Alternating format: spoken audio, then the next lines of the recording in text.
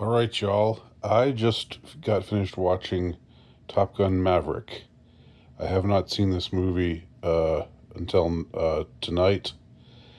It was. I remember when it came out. It was getting rave reviews, and a lot of people who I respected really liked it. But I just couldn't bring myself to see it because it just didn't interest me that much. I was never that into Top Gun. And I understand '80s nostalgia. As an oldster like me who was conscious in the '80s. I get that aspect of it, but that wasn't enough to get me into the movie theater, or just even to see it online. But what has been enough to get me to see it, to see the sequel to Top Gun from 2022, Top Gun Maverick, is what I've heard about predictive programming and how what happens in the movie seems to be reflective of events of recent days, and so I broke down. I watched the movie and saw some very interesting things, which I'm going to recount for y'all. But first, I'll start with the biggest thing. I'll lead with the lead. Um, the the movie is about the discovery of a country that's developing nuclear technology and is very close to having actively created a nuclear bomb. Um, and this threatens what's said to be an ally or allies of the United States. This country that's never named um, is is about to have a nuclear arsenal, and that's a threat to the United States allies in the region. So that's that's a heck of a thing, a heck of a parallel. So this movie again was released in 2022. Was probably made in 2021 uh, or thereabouts. But you know, 3 years later, 3 years after the release of the movie, we have a real life event that very much parallels what you see take place in the movie. That these fighter pilots, the best of the best, members of the Top Gun school, uh, have to go on this intrepid mission to destroy this nuclear arsenal, this fortress where nukes are being built, and it's something they have only 3 weeks to train for, and of course they end up pulling it off, and not to no spoilers. I mean, that's hardly a spoiler, is it? You didn't think they wouldn't succeed. Um, so that's pretty interesting, isn't it? Uh, Now in the movie, I don't know if there's the region seems to be a place where there's a lot of forest, and there's pine trees and stuff. I don't know enough about the terrain of Iran. I know that some of it's got forests and trees and stuff. Um, I don't instantly think of that when you wouldn't instantly think of Iran if you were watching this movie. You would probably think of someplace in the Caucasus, or Eastern Europe thereabouts. But nevertheless, it's a pretty interesting parallel. Predictive programming? Question mark. Um, so that's the first thing, the first and biggest thing. But I also wanted to relate a few other interesting things that were in this movie. First of all, for you, all of you out there who are uh, who are flat Earth heads. There's this, and I'm not, on the flat Earth bandwagon, but nevertheless, there's an interesting thing in them, like about almost like just barely into the movie, like 5 or 10 minutes into the movie, where they make reference to a pilot being out of reach, and he's not really out of reach, but it's because they're pretending to ignore. They're pretending that they can't hear these orders telling them to turn around by this general, and so the guy working for the Top Gun program in the in the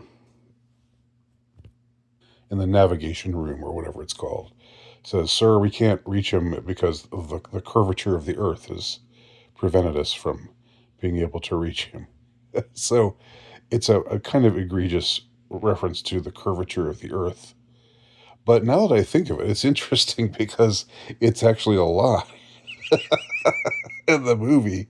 It's a lie that he says that they can't reach him because of the curvature of the Earth. But in fact, uh, they're just pretending that he can't hear this order. So there's an egregious or seemingly gratuitous reference to the Earth being round, but then again, it also turns out to be a lie. So do with that what you will.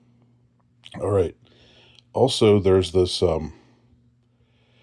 when Tom Cruise's character, the titular Maverick, is is called upon to go to this flight this flight training program for this secret mission to destroy this nuclear bunker. Um, he's he meets with two men, two generals, I guess, and one of them is John Hamm, the guy from that show, the Mad Men show. Um, so he's like the general who hates Maverick and who is always a fuddy duddy. Who's always trying to spoil the party, spoil the fun. And then there's also his counterpart, and this is a distinguished older black man with graying hair. That's just describing him. I don't know if that's really important, but he gets called Warlock. Warlock. That and then his name. I don't think it's his actual name. It's his whatever code name. Just like Maverick is the code name for Tom Cruise's character. Uh, this guy is a general, and he's known as Warlock, which is yeah, that seems like a weird occult reference to throw in there. Um, and so there's lots of references to Warlock said this, Warlock said that, or uh, yes sir, Commander Warlock, or Captain, or whatever, General Warlock. I mean, I don't think it's his actual name, but it's what they call him. So that's kind of interesting. And if you're looking for cryptic references to occult things, that's definitely there. All right, now the final thing I'm gonna talk about really called attention to itself. So it gives me the giggles, but there's no way that this was there unintentionally. This is probably the easily the most intentional of all the things I'm talking about, besides the predictive programming thing, which is there's a big question mark, because it could just be that could just be a coincidence, but I don't know. Maybe this was all part of some big script that was laid out. years ago, planned in advance. Who knows? I'm open to the idea, but I'm not saying that's definitely what happened. Maybe there were a range of different possibilities of you know attacks that fighter pilots could make on countries that the United States didn't like, that were, quote, threatening their allies, and they didn't know who they would have to go after first, and it turned out to be Iran. That's more what I would tend to think, because again, the terrain, the geography of the country that we see doesn't really resemble Iran, as far as I know, or the area of Iran where this strike took place. I don't think. But this final thing I want to talk about is crazy. And so uh, the climactic scene, or scene near the end of the movie, um, Tom Cruise's character and his adopted son, is basically the guy who was the son of his former partner Goose, who died in the first movie, and who he has a protective fatherly kind of relationship with in this movie. Um, they're in some ancient uh, helicopter that they've stolen from the unnamed enemy, and it's this older model, uh, and they're just fighting desperately, trying to fight off these enemy fighter pilots, and they run out of. He can't. He shoots all the missiles that are available in the plane's arsenal, and runs out. So then switches just to bullets, and then so he shoots, like, we see the number of bullets winding down, winding down, winding down from 300 to 150 to this number to that number, and he takes one more round, and then he stops, and guess what number it stops on? 33. 30. so they're running out of ammo. They're down to their last few rounds of ammo, and they're just before they run out, he stops firing, and the thing on the dashboard, or on the console, that tells you how many bullets are left, how many rounds are left, says 33. And then he fires off the last 33 rounds and saves the day. I mean, I don't know. That's pretty blatant. I want to talk about numbers that scream esoteria. 33. That's it. That's right up there. Um, so those are the things that I gleaned from Top Gun Maverick. Now, I didn't really watch this movie to enjoy the plot or anything like that, or I was more watching it because I was interested in the parallels.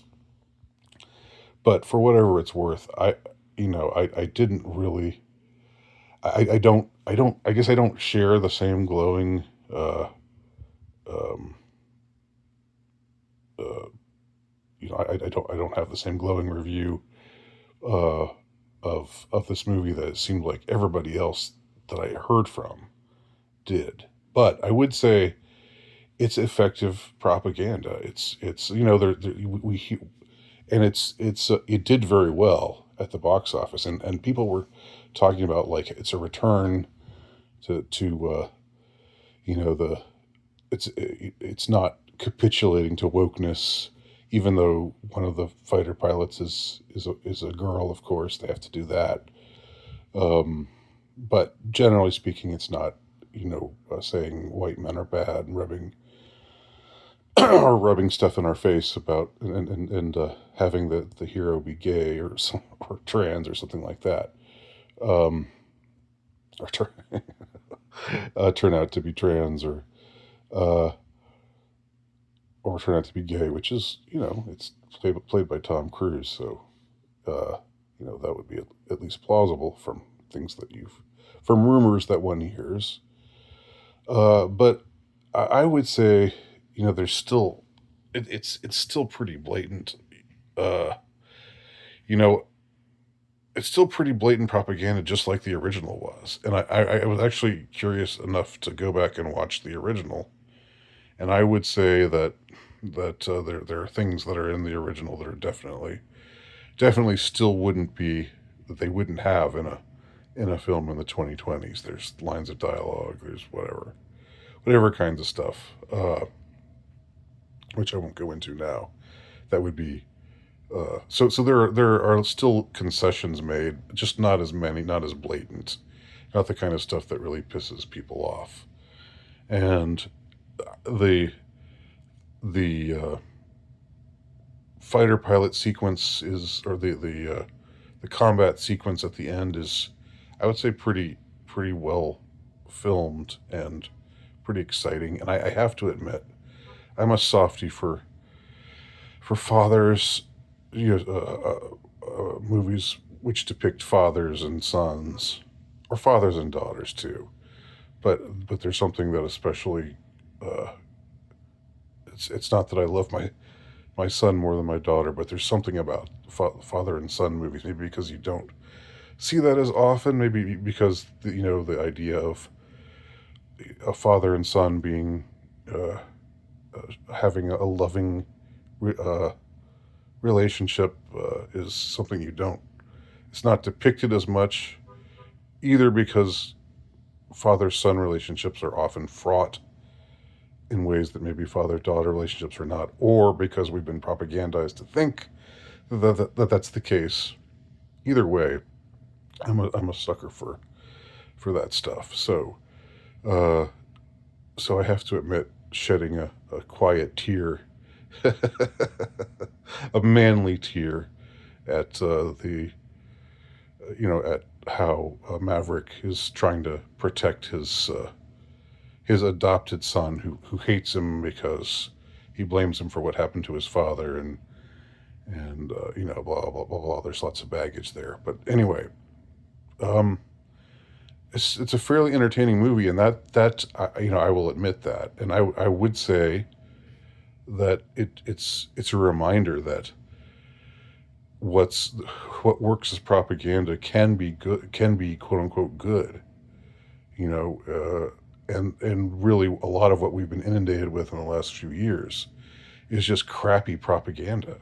It's movies that are, they've gone so far in the direction of trying to promote quote the message unquote, that they lose people, they alienate people. But the best kind of propaganda is something that's done well and that makes you feel all warm and fuzzy inside, which this movie successfully does. By the time it's over, the fraught relationship between the father, quote unquote father, and his adopted, quote unquote son, the reconciliation that they have, the expression of affection between them in the victorious moment. It's quite moving, and it helps to seal the deal. It helps to get these messages across, which is to say, the military industrial complex is great,